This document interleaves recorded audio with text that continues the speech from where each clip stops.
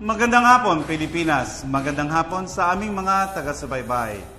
Magandang hapon, magandang Doktora Dara. Good afternoon din po, Asek. Parang feel na feel ko na good vibes ka ata ngayon, ah. Yes, Dara, lagi naman. Pero may something special kasi sa episode natin ngayon. At para bang na-realize ko na time flies so fast talaga. Kaya nga, Asek, na-excite na nga rin talaga ako for today's episode. Kaya aming mga televiewers, tutok lang at tuloy-tuloy ang ating konsultahan at tsikahan. Wow naman, Asek! May pag-chika na tayo, ha? May nalalaman kasi ang mga masugid nating taga-subaybay sa'yo. At mamaya na yan, Dara. Ano kaya yun? Ay, nako, Asek, hindi mo lang alam. May malalaman din sila ukol sa'yo. Naku, meron na akong suspetsya kung ano yan. Mukhang nabenta na naman ako sa episode nito. Bago pa tayo magpunta sa kung ano-anong usapan, ipapapanood din po natin ngayong lahat ng pinaka-nakatulong, pinaka-tumatak, at pinaka-healthy na usapan sa mga nagdaan nating episode. Masaya yan, Dara. Talaga namang minsan yung surprises at iba pang nakakatuwang bagay ay nakakatulong di lang emotionally, kundi syempre, pati na rin sa ating physical and mental health. Yehey! Di na ako makapag-antay, Asek. Kaya tara na! Simula na! Kumonsulta na! Dahil dito laging, The Doctor is in.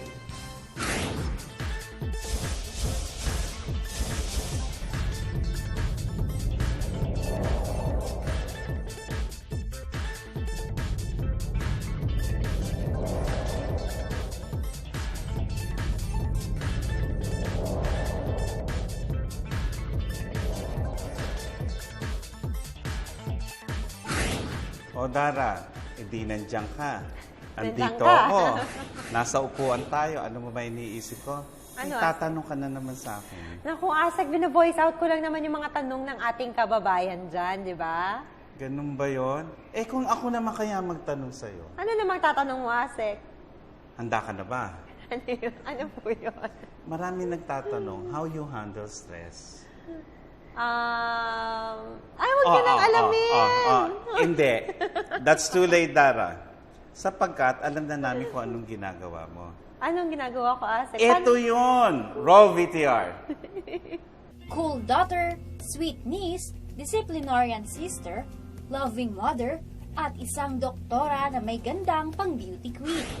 Yan si Doktora Dara Chavez. Sasagot yan mamaya sa pagbabalik ng The Doctor is in. As a daughter, like any all other daughters, she is a cool daughter to a cool mom. Okay? Kasi ang pagpapalaki ko sa mga anak ko, I respect their individuality. It's not a push that I make to them. So, yun, nakalakihan nila, we maintain a friendly relationship as a mother to a daughter, vice versa, as a daughter to a mother. Disciplinarian. She's so disciplinarian regarding with Inigo. And then, hanga ako sa kanya kasi when she says, Inigo, stop. Inigo will stop, really stop. Hindi na talaga siya mangulit. Doon ako believe kasi Inigo may takot si Inigo sa kanya, which is a good sign for a kid to grow up well. And kasi kailangan din talaga sa bata, lalo na sa age ni Inigo ngayon na sobrang kulit. So, minsan sasabihin niya, tita, bahala ka dyan. Tapos minsan, hindi, maglalambing lang sa akin si Inigo, hindi ko kaya. So, I'll call Dara instead. So, siya pa rin talaga. I admire her for that. When Dara and I were children, we always avoid her because she used to be very strict. Tapos kami ng brother ko, talagang we eat lunch at 9:30 a.m. because we didn't want to eat with her. Because what she does, because kami ng brother ko, whenever we eat fast. If you didn't eat fast, you didn't eat. So, pag sinisita kami ni Dara, pinapalo niya yung kamay namin. It's like, eat slower, chew quietly.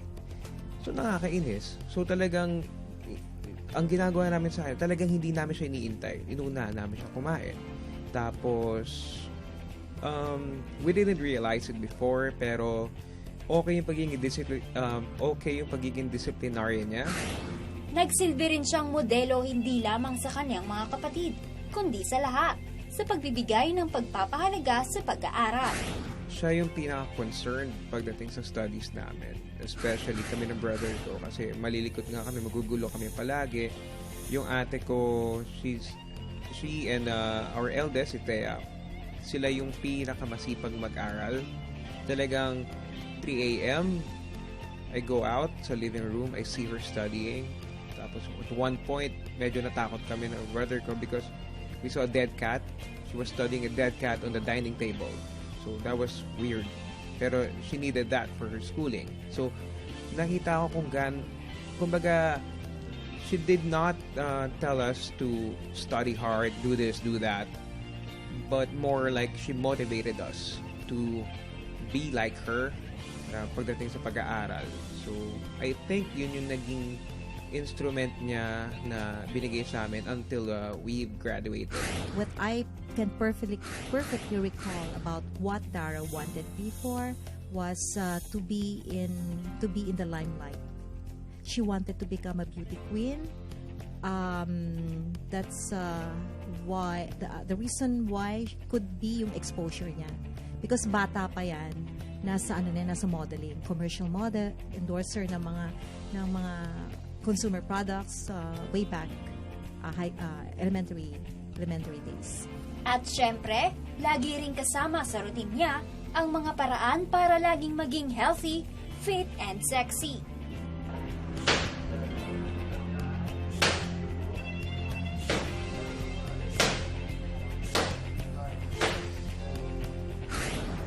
Nandito tayo sa Team Insider Gym para mag-Muay Thai. And nandito ako once a week para mag-kickboxing, tapos para ma-work yung core muscles natin, para magka-abs, tsaka para maging stronger and healthier.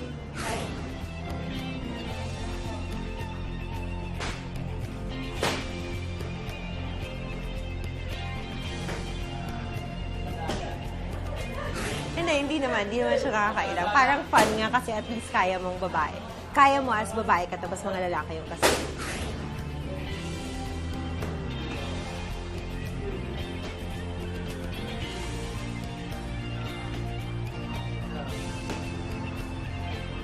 Okay naman siya po, madali po siya matuto, saka magaling po siya technique, yung mga basic, at saka yung suntok niya, malakas ang suntok niya.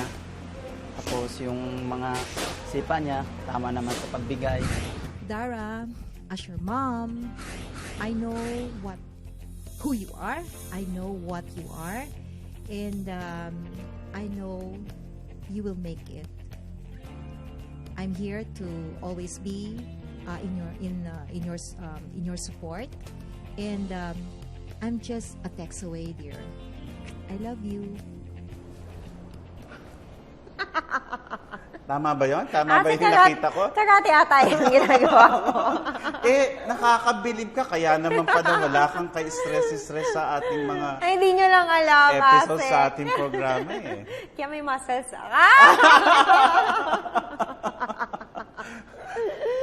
But I enjoyed that VTR. Thank you. Well, I hope our viewers enjoyed it too. I'm sure. Sana po. Asik, feeling ko na-excite na yung viewers natin eh. Kasi may malalaman din sila tungkol sa'yo. Alam ko naman yun. Alam mo, kahit saan ako pumunta, kulang na lang. Paparazzi! Panoorin nyo na lang to, Asik. Roll VTR. As Assistant Secretary of Health ng Kagawaran ng Kalusugan, 4 na opisina ang kasalukuyang hawak ko po ngayon. Kasama dyan ang National Epidemiology Center kung saan concurrently ako rin ang kanyang direktor, ang National Center for Disease Prevention and Control, National Center for Health Promotion, at saka ang Health Emergency Management Staff. Mga importanteng opisina po dito sa Department of Health na kung bansagan po lahat yung 4 na yon ay yun po ang public health ng Department of Health. Kumustahin natin kung anong klaseng boss nga ba si Asek Eric Tayag. He's a nurturing boss. In fact, as you go on through the years, talagang he gives it a time na turuan niya kayo. Napaka-wide ang spectrum ng kaalaman ni Asek Tayag. Hindi siya pang surveillance lang, kung hindi sabihin na natin parang he's the all-seeing eye. Alam niya lahat kung ano, every single aspect on public health. Kasi naman, ang experience naman ni ASEC is not only public health, kundi as a clinician, he is an infectious disease specialist. So, talaga, nakakaano siya. Pag iisa-isahin niya yung patrabaho mo, ganun ako nag-grow sa career ko sa kanya. Si sir po kasi strict po siya. Then he always want to go into details po. Then, but he is really, really a compassionate man po. He's a man of word and always go with reason po. So, sabihin natin, nagagalit siya po. Dahil na gusto niya in details, pero laging may rason kung bakit. He always ina-explain niya sa amin kung bakit ganun. Pero after nun, babawi na siya. So, he's really, really cool talaga na after siya magalit, mamaya-maya, mapapatawa na, okay na. As a mentor, he, most of the time, amazingly, gives these really big ideas and very practical ideas as well in solving some problems. So, siguro siya yung the epitome of out-of-the-box kind of a thinker. Most of the time, kung mag-meeting si Dr. Tayag is kung isang oras yun, 15 minutes lang yung talaga yung technical. Most of the time, kasi parang friend ang touring niya rin sa mga staff niya eh. Hindi yung parang merong ganong level at saka ganito. So, parang equal. Si Doc Eric Tayag, yan ay yung tao na talagang gusto ay trabahong perpekto. Yung bang ayaw niya kasi nung may mali kang sa kanyang trabaho. Kasi gusto niya, best talagang yung anyang opisina. Kumbaga, siya yung taong mabusisi. Tinitignan niya talaga yung mga ginagawa ng kanyang staff. Sa kabila ng mataas na pagtingin sa kanya, ay nananatili ang kanyang magandang pakikisama sa lahat ng tao sa opisina. Lagi siyang nalilibre. Ang lagi niyang nililibre sa amin, mga inasal. Especially kung kunyari free siya kapag lunch. While he is very technical, he is also a lot of fun. Amazing din for me yung sense of humor niya. Pag nagtanong, ang maganda doon kasi parang walang barrier. Kung gusto mong anytime, you can text, you can call, you can email, or you can, kung nandito siya sa office, pwede kang dumiretso, yung hindi ka dadaan ng mga maraming protocol. Mabait po si Doc Eric. Pag binabatay po namin ng umaga, hapon, nagre-response po siya. At may ilang mga bagay na talaga namang nakakahanga kay ASEC na di nalalaman ng iba.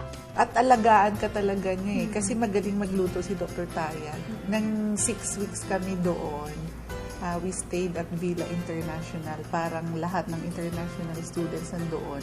Siya yung nagluluto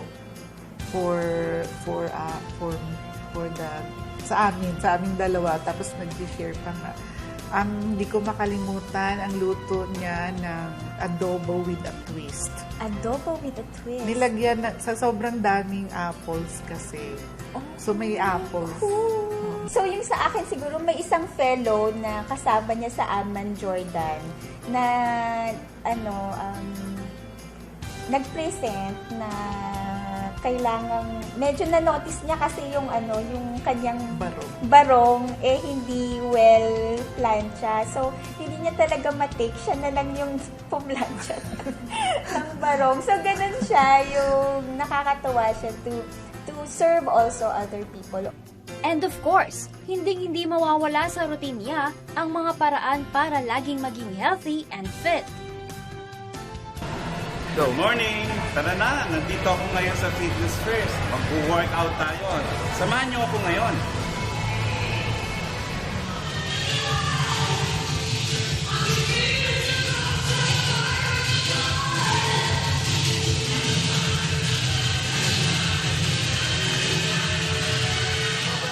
Game, tapos sobrang energetic niya pag sumasayaw. Feel niya talaga every music. So, it's really inspiring and nakakadala sa klase. So friendly. Especially if he's here, very energetic. We love dancing with him.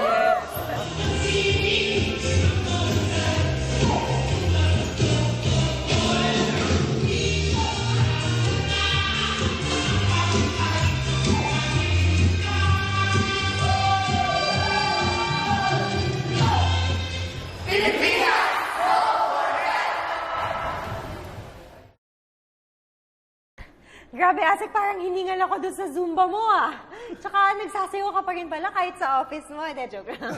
At madami pala, Asik, nagmamahal sa'yo. Kaya hangang-hanga din ako sa time management. Maraming salamat, Dara. Pero bibitinin muna natin ang ating mga manonood. Babalik ho kami mamaya para mapag-usapan naman natin ang marami pang bagay sa pagbabalik ng The Doctor is In.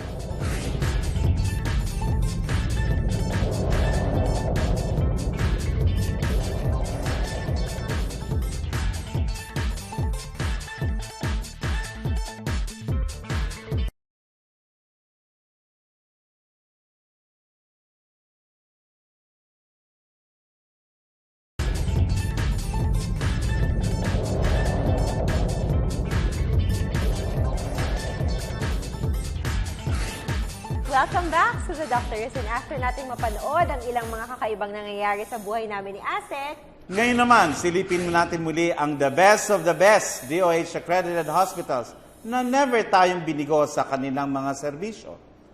Panoorin po natin ito. Roll VDR.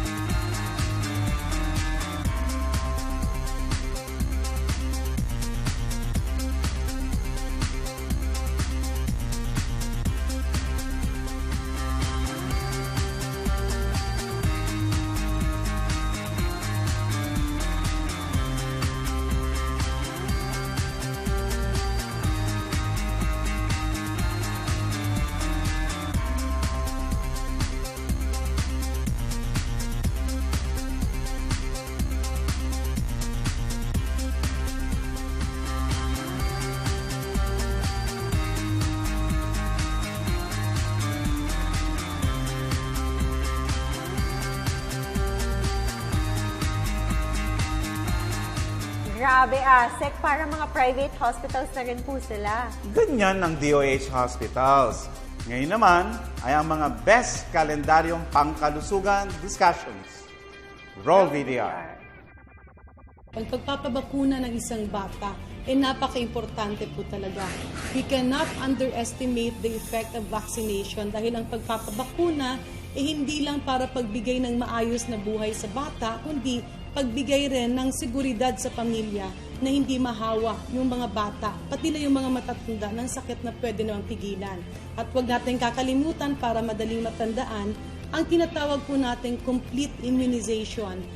Yung tinatawag po natin na kumpletong bakuna ay dapat nagkaroon ng 7 turok at 3 patak ang isang bata pagdating ng 1 taon. Ni-encourage ko yung mga may kapansanan na nanonood ngayon, yung mga magulang na nanonood ngayon, dapat wag nilang isipin na kung may kapansanan yung mga anak nila, doon na yung matatapos. Hindi dapat. Kailangan pa rin nilang suportahan yung mga anak nilang may kapansanan at gawin nila yung nararapat at alam natin ang pamahalaan katulad ng Department of Health, ang National Council on Disability Affairs, ay may mga programa para makatulong sa kanila.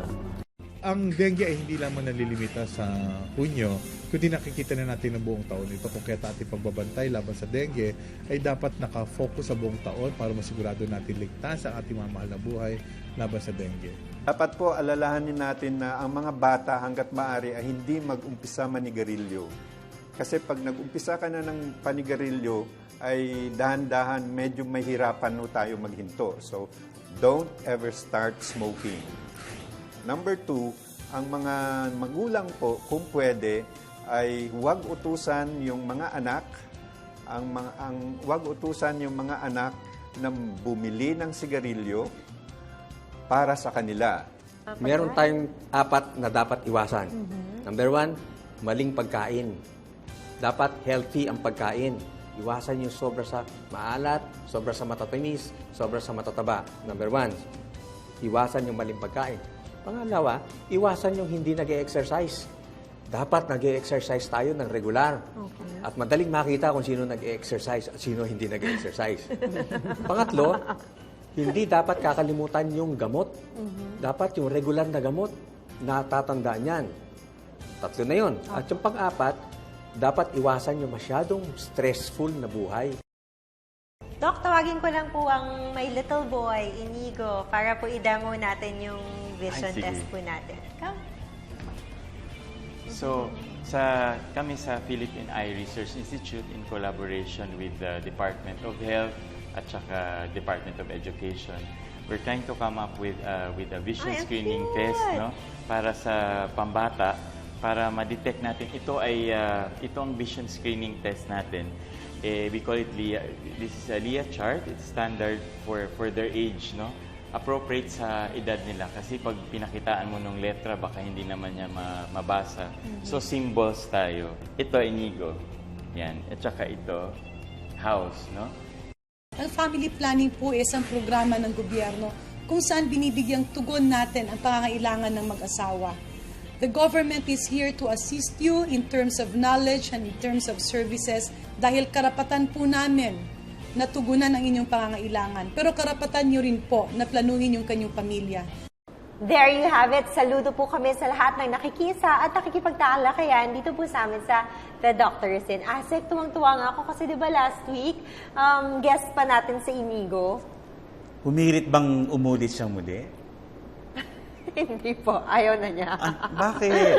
Mahihain, Asik. Hindi kang gaya ko na napakaingay. Ikaw, Asik, ano yung one of the favorites mo? Paborito ko, sa dami, doon sa pinakita natin sa VTR, lahat yun importante. Favorite ko. Ayoko magsabi ng favorite. Kasi baka may favoritism.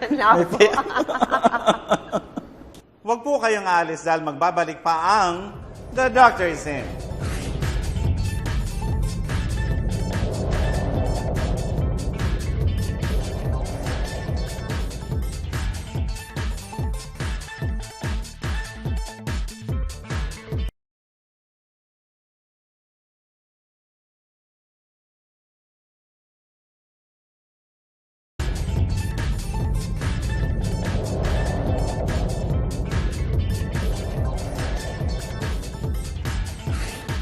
Nakatutok pa rin po kayo sa The Doctors In. Sa halos 7 buwan po natin pagsasama sa 3 taon ng ating programa ay patuloy na nanadagdagan ang ating mga kaalaman, ang mga pamamaraan sa pangangalaga ng ating mga kalusugan. Napakasaya po sa aming pakiramdam na maging bahagi kami ng bawat pakikipaglaban ng iba sa kanilang mga karamdaman at makapagbigay ng mga options o mga pagpipiliang paraan upang mapagtagumpayan ang bawat hamon sa ating mga buhay. Totoo yan, Dara. Nakakataba talaga ng puso sa tuwing nakikita kong nakangiti ang ating mga kababayang ating natutulungan. Kaya naman po sinisiguro namin na hindi kayo mabibigo dahil sa mga susunod naming edisyon ay mas marami pa kaming handang ihahandog sa inyo. Mas masaya at mas produktibong mga talakayan.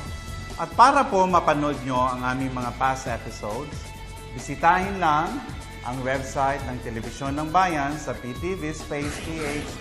Ako ang inyong lingkod, Asik Eric Tayag, ng Kagawaran ng Kalusugan. And we would like to thank ang lagi rin po namin kasama ang Ergo Contracts Philippines for our tables and chairs. Gusto rin po namin pasalamatan ang Glorious Blend at Taste of Heaven. Ako naman po ang inyong in-house doctor sa telebisyon, Dr. Dara Chavez. Muli ninyo po ninyong antabayanan at tangkilikin ang mga susunod na edisyon sa aming ika-4 na taon. Ang programa na laging The Doctor is In. Kaya dapat talagang pagtuunan ng pansin yan kasi delikado sa kalusugan yan, lalo na sa mga mahihinang resistensya at sa mga kabataan. Huwag po kayong babalik sapagkat sa amin...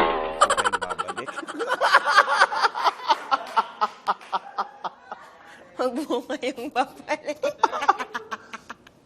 Huwag po kayong babalik sa aming pag-alis. Okay. Muli ninyong antabayanan ang susunod na edisyon ng programang ito na laging The Doctor is In. Saan ba? Oh, I'm sorry. At ayan nga po ang maayos at maigting. Magiting. Maigting. Maayos at maitim na serbisyo. Ano sasabihin mo kanina? Ang tagal eh. Nakakatakot. Pati doktor natatakot pag may dengue Lalo pasyente. yung mga bleeding episodes Oo, talaga. kaya kailangan ho talaga makaiwas tayo.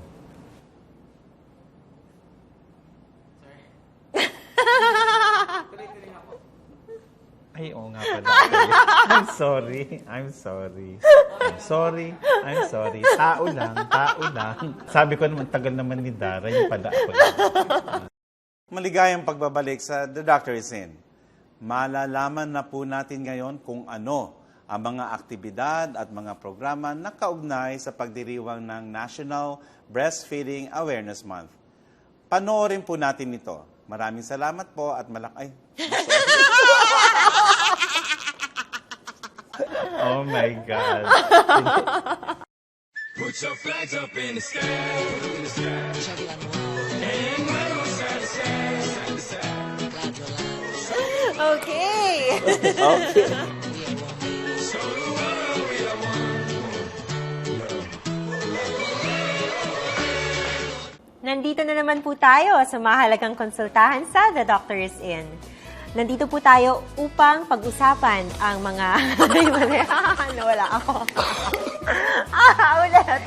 Mga detalye ukol sa kahalagahan ng mga ospital na mother-baby friendly at mga aktibidad hinggil sa paparating na Initiative Week ay atin ang malalaman. Roll video.